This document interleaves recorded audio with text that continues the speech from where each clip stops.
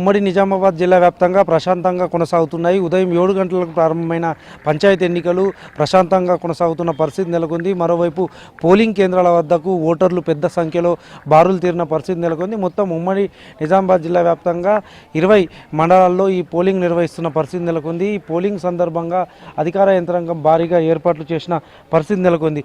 ఉదయం 9 గంటల వరకే ఇటు కామారెడ్డి జిల్లాలో 21%, నిజామాబాద్ జిల్లాలో 25% పైగా పోలింగ్ నమోదైంది. మరోవైపు 11 గంటల వరకు మొత్తం 35%కు పైగా 35% నుంచి 40% మేరకు పోలింగ్ నమోదవుతున్న పరిస్థితి నెలకొంది. పెద్ద సంఖ్యలో ఓటర్లు పోలింగ్ కేంద్రాలకు తరలి వస్తున్నారు. ఓటు హక్కు వినియోగించుకుంటున్న పరిస్థితి నెలకొంది.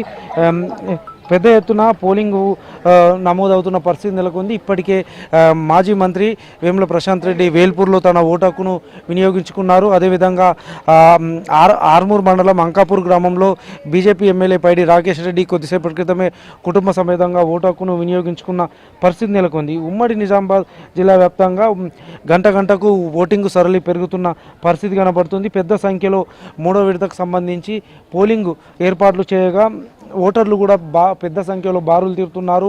ఓటర్ స్లిప్పుల కోసం తరలివచ్చి 18 రకాల ఓటర్ స్లిప్పులను తీసుకువచ్చి తమ ఓటు హక్కును వినియోగించుకుంటున్న పరిస్థితి నెలకొంది. ఇటు కామారెడ్డి నిజామాబాద్ జిల్లా వ్యాప్తంగా 20 మండలాల్లో పోలింగ్ జరుగుతుంది.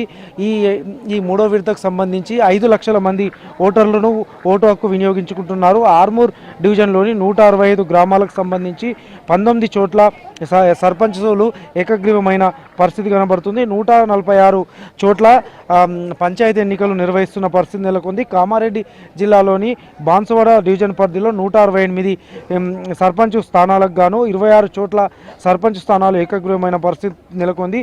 మిగిలిన 142 చోట్ల ఎన్నికలు నిర్వహిస్తున్నారు. ఎన్నికల సందర్భంగా వృద్ధులు, యువత, అదేవిధంగా పెద్దవాళ్ళు సైతం పెద్ద సంఖ్యలో బారులు తీరుతున్నారు. మనం ప్రస్తుతం అంకాపూర్ పోలింగ్ కేంద్రం వద్ద ఉన్నాం. ఇక్కడ ఓటు హక్కు వినియోగించుకోవడానికి మహిళలు, వృద్ధులు పెద్ద సంఖ్యలో తరలి వస్తున్నారు.